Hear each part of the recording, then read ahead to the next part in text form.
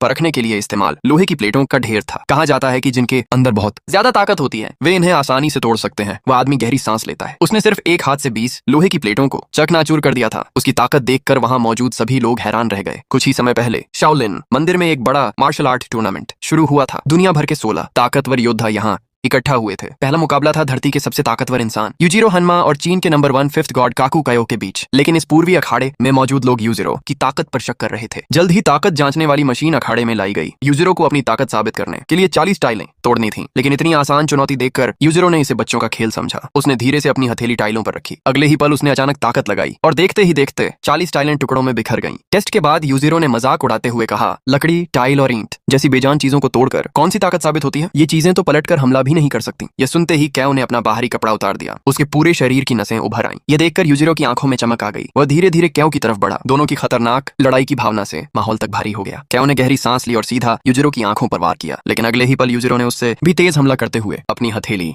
उसके चेहरे पर मार दी। गंभीर चोट लगने के बाद भी कैओ हार मानने को तैयार नहीं था। लेकिन यूजिरो का धैर्य खत्म हो गया। हजारों दर्शकों के सामने उसने एक झटके में उसके चेहरे की त्वचा तक खींच दी। ये देखकर वहां मौजूद बुजुर्ग भी हैरान रह गए। उन्हें विश्वास नहीं हो रहा था कि यूजिरो इतना खतरनाक हो सकता है। तभी अचानक एक आवाज आई। कैओ का शिष्य रेत्सु कायो वहां पहुंच गया। अपने गुरु के साथ यूजिरो की बेरहमी देखकर रेत्सु बदला लेना चाहता था। यूजिरो को जब पता चला कि कोई और उसे चुनौती दे रहा है तो वह और ज्यादा उत्साहित हो गया। उसका चेहरा खतरनाक तरीके से बदल गया। वह अपने नए विरोधी को सबक सिखाने के लिए तैयार था। रेत्सु ने लड़ाई की मुद्रा अपना ली। दोनों के बीच मुकाबला शुरू होने ही वाला था। लेकिन तभी घायल कैओ अपने शिष्य के पास आया और बोला, यह मेरी लड़ाई है। अगर मुझे मरना भी पड़े तो मेरा शिष्य बीच में नहीं आएगा। फिर उसने अपना रुमाल यूजिरो की तरफ फेंका और दोबारा हमला कर दिया। लेकिन बिजली जैसी तेज किक को भी यूजिरो ने आसानी से बचा लिया। अगले ही पल यूजिरो ने उसके चेहरे पर जोरदार किक मारी। दोनों की ताकत में इतना बड़ा अंतर था कि यूजिरो के एक ही वार ने कैओ को खत्म कर दिया। एक महान योद्धा का अंत हो चुका था।